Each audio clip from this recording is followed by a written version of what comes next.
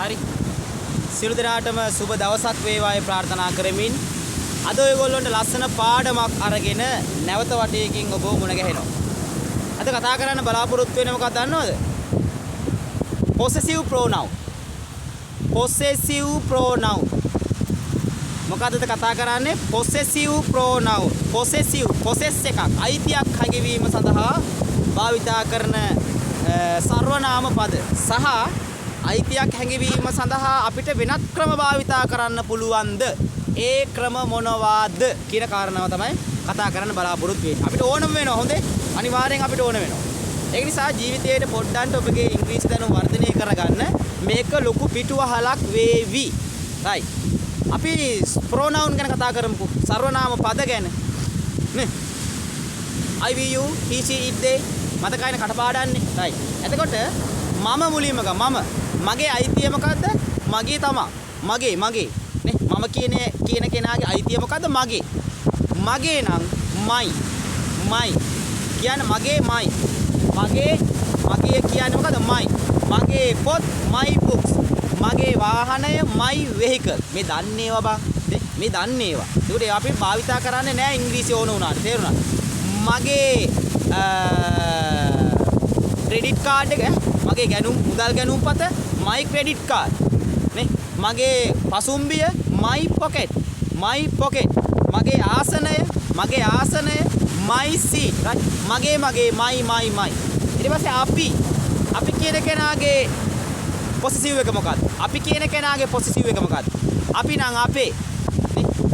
මගේ අපේ කියන්නේ අව මගේ නම් අපේ නම් අව නේ. වැඩි කිව්වයි කියලා නේ කටක වෙන්නේ නැහැ. මොලේට ටක් ගාලා ඉංග්‍රීසි වචන යයි. right. අපේ අව අපේ රට our country අපේ ගම our village අපේ බලුත් පැටියා our puppy අපේ ගෙදර our house අපේ වත්ත our garden අන්නේ වගේ යූස් කරගන්න. ඔයාගේ your ඔයාගේ පොත your book. ඔයාගේ your කියන්නේ your right. your ඔයාගේ ඇඳ your bed.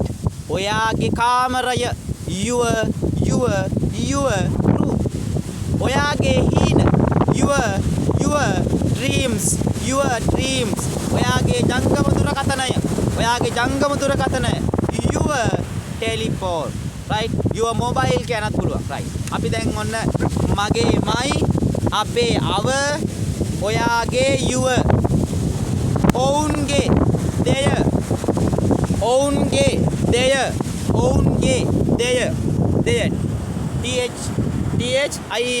දෙය ඔවුන්ගේ දෙය ඔවුන්ගේ ගෙදර their house ඔවුන්ගේ පාසල ඒගොල්ලන්ගේ පාසල ඔවුන්ගේ පාසල එයාලගේ ඉස්කෝලේ their school.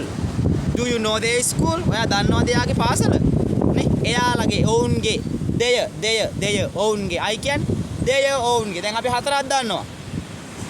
sorry. මගේ අව අපේ right. your ඔයාගේ නැත්තම් ඒකේ plural නේ. plural එක භාවිත කරන්න පුළුවන්. මොකද්ද? ඔයාලගේ ඔයාලගේ කියන්නත් පුළුවන්. their ඔවුන්ගේ ඒගොල්ලන්ගේ එයාලගේ. තව තුනයි. right. අපි බලමු. ඇයගේ her. ඇයගේ මුහුණ her face. ඇයගේ සිනහව her smile. ඇයගේ ලස්සන her beauty. ඇයගේ මොකද? ඇයගේ රට her country. අනේ වගේ her ඇයගේ ඔහුගේ his. පිරිමියාට his නේ. පිරිමියා his. ඔහුගේ තොප්පිය නේ. his cap. ඔහුගේ බෑගය his bag. ඔහුගේ බලාපොරොත්තුව his ambition කියනත් පුළුවන්. his hope. ඔහුගේ බලාපොරොත්තුව ඔහුගේ ජීවිතය his කියන්නේ ඔහුගේ ජීවිතය his life right තව එකක් ඉගෙන ගමු ඒ මොකද්ද උගේ it's උගේ නැට්ට උගේ වලිගය it's tail නේ it's tail උගේ නහය it's nose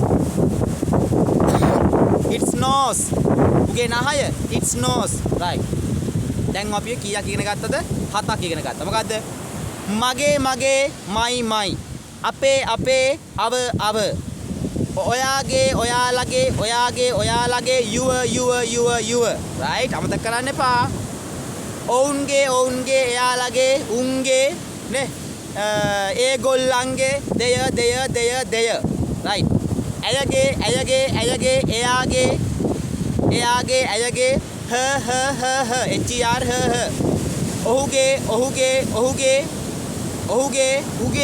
නේ අපි කොල්ලට එහෙමත් කියලානේ උගේ ජොබ් එක බං ඒක එහෙමත් කියලානේ උගේ මොකද්ද උගේ his සතෙකුට වගේ කියනවනම් නැත්නම් දෙයකට අයිති දෙයක් කියනවනම් මොකද්ද it's තේරුණාද right අපි යමු දැන් කුමාරිගේ කියන්නේ කොහමද කුමාරි ඒකට s එකක් දාන්න කුමාරීස් උඩුකමා s නේ අපි ලියන්න නෙවෙයි මේ කතා කරන්න ඉගෙන ගන්නේ කුමාරිගේ ආදරය කුමාරීස් love කුමාරිගේ ජීවිතය කුමාරීස් life නේ සම්පත්ගේ ගෙදර සම්පත්ස් house නේ ඕන නම දාන්න teacher ගුරුවරයාගේ පාසල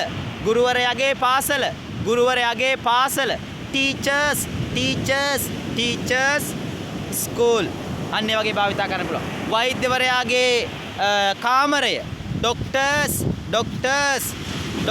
room where's the doctors room කොහෙද වෛද්‍යවරයාගේ කාමරය කියලා අපිට ලස්සනට අහන්න පුළුවන් right අපි තව ගමු ධනපාලගේ සල්ලි ධනපාලස් money නේ ධනපාලස් money ප්‍රියන්තගේ පඩිය මොකද්ද ප්‍රියන්තස් salary ආන් ඒ වගේ අපිට මොකක්ද මෙන්න මේ වචන භාවිතා කරලා කාට හරි අයිතියක් වෙනවා නම් ඕනෑම නමකට ඕනෑම ප්‍රොෆෙෂන් නේම් එකක් තියෙනවා නම් ඔයාට හඬක් දාලා ඒ අයිති දේ කියන්නේ තේරුණාද right නේ බල්ලන්ගෙන නේ dogs නේ බල්ලගේ dogs tail නැට්ට ආන් ඒ වගේ භාවිතා කරන්න පුළුවන් right එතකොට පළවෙනි හතත් නැවත මතක් කරගන්න නමක් ආවොත් නේ ප්‍රොෆෙෂන් එකක් වගේ කාගේ හරි ආවොත් නේ වෘත්තීමය වශයෙන් ආවත් ඒක අවසානයේ සවුන්ඩ් එකක් දාන්න සවුන්ඩ් එකක් දාන්න එතකොට ඉබේම ඔටෝ මොකද වෙන්නේ ආවා කියලා කියන්නේ අයිතියක් තමයි හොඳේ right එහෙනම් ලස්සනට ඉංග්‍රීසි කතා කරමු ලස්සනට ඉංග්‍රීසි හදාගමු ඉතාම ඉක්මනින් ඔබට ඉංග්‍රීසියෙන් කතා කරන්න හැකියාව මේ වීඩියෝ එක තුලින් ලැබෙනවා ඇතයි මම බලාපොරොත්තු වෙනවා නැවත වීඩියෝ එකකින් මුණ ගැහෙමු දෙනාටම සුබ අනාගතයක් වේවායි ප්‍රාර්ථනා කරමින් ඉතාම ඉක්මනින් ඔබට ඉංග්‍රීසි කතා කරන්න හැකියාව ලැබේවායි ප්‍රාර්ථනා කරනවා තෙරුවන් සරණ ලැබේවා හැම දිනාටම